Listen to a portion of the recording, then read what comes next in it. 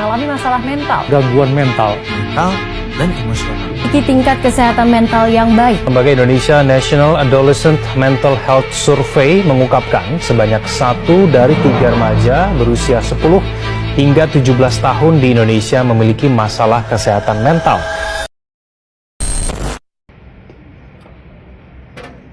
Selamat sejahtera. Di sebalik senyuman setiap remaja, tersimpan 1000 cerita yang jarang didengari. Hari ini, isu kesihatan mental bukan lagi perkara asing di Malaysia.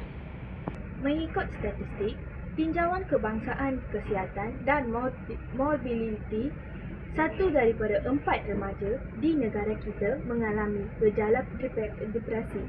Persoalannya, adakah kita benar-benar memahami apa yang mereka melalui?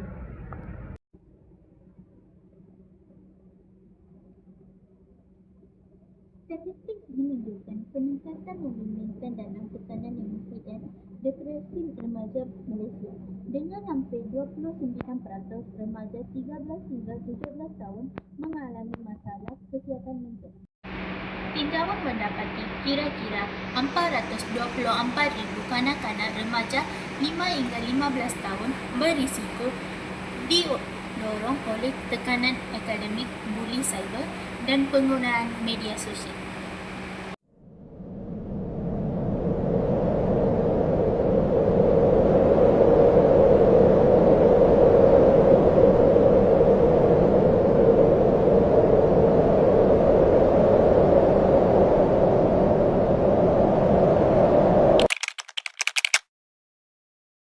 Selamat pagi, nama saya Abang Nasri. Hari ini saya bertemu dengan Miss Mohashini. Okey. Soalan saya pada awak ialah, pada pendapat anda, apakah faktor utama yang membuatkan pelajar atau remaja zaman sekarang rasa tertekan? Bagi saya, tekanan akademik amat tinggi untuk murid-murid pelajar sekarang. Kami rasa tak perlu sentiasa cemerlang untuk puaskan hati ibu bapa. Selain itu, media sosial juga membuat kami rasa insecure bila bandingkan hidup kita dengan orang lain. Okey. Itu je. Terima kasih.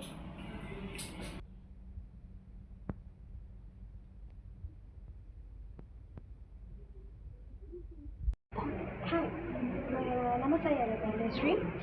Kami daripada DPR 2A. Kami ada satu soalan untuk tanya. Bolehkah saya tanya? Boleh. Nama awak? Saya Sivadarshini Patil. Okey. Soalan saya untuk awak ialah, adakah anda rasa masyarakat kita sudah cukup terbuka untuk membantu mereka yang depresi? Saya rasanya masih kurang.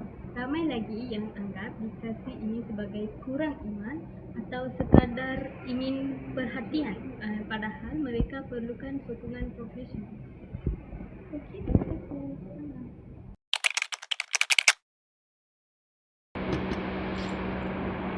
Analisis kami mendapatkan 3 punca utama.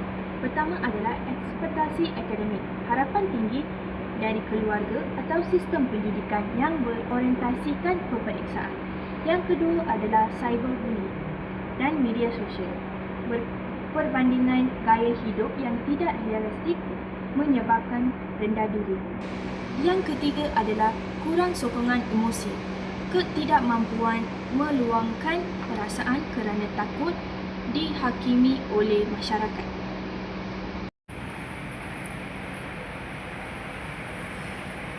Bagaimana nilai murni masyarakat Malaysia boleh menyelesaikan masalah ini?